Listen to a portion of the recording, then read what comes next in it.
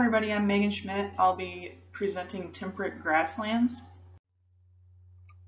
Some information I found on the geographic location of temperate grasslands was that there are temperate grasslands located in Argentina, Australia, Central North America, Hungary, New Zealand, Russia, and South Africa. There are temperate grasslands on every continent except for Antarctica. Depending on where they are located, they can be called different things. Asian steppes, African savannas or velds, Australian rangelands, and pampas in South America. Temperate grasslands are in the mid-latitude zone. They're usually located between deserts and temperate forests, and they are farther from the equator than tropical grasslands. If you can see in this image, the yellow shows the location of the temperate grasslands. Temperature of temperate grasslands varies largely according to its location of latitude. Temperature also varies according to season. There are hot summers and cold winters.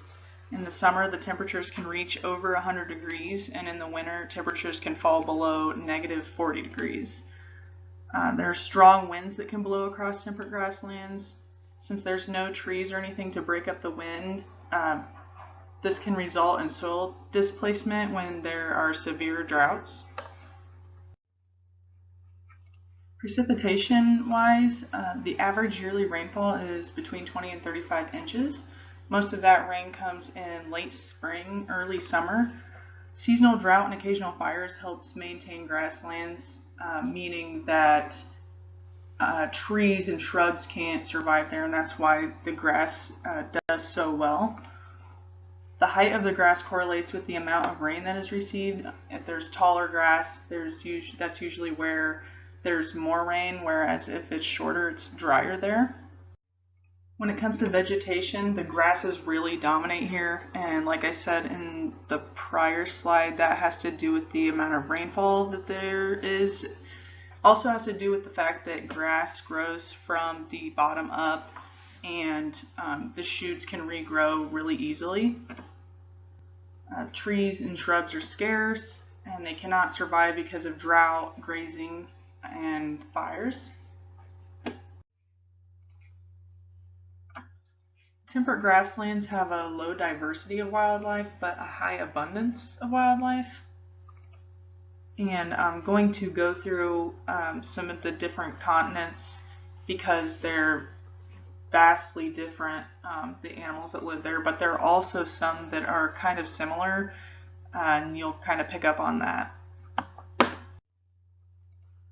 Some of the typical animals seen in North American temperate grasslands are bison, pronghorn, gophers, prairie dogs, wolves, coyotes, foxes, badgers, black-footed ferrets, and some of the birds are grouses, meadowlarks, quails, sparrows, hawks, and owls.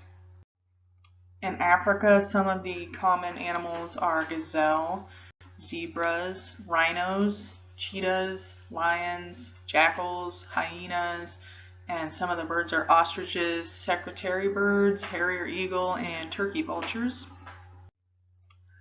In Asia, there are antelope, horses, camels, gazelle, sheep, many kinds of burrowing rodents, sand grouse, cranes, white-winged larks, and black larks.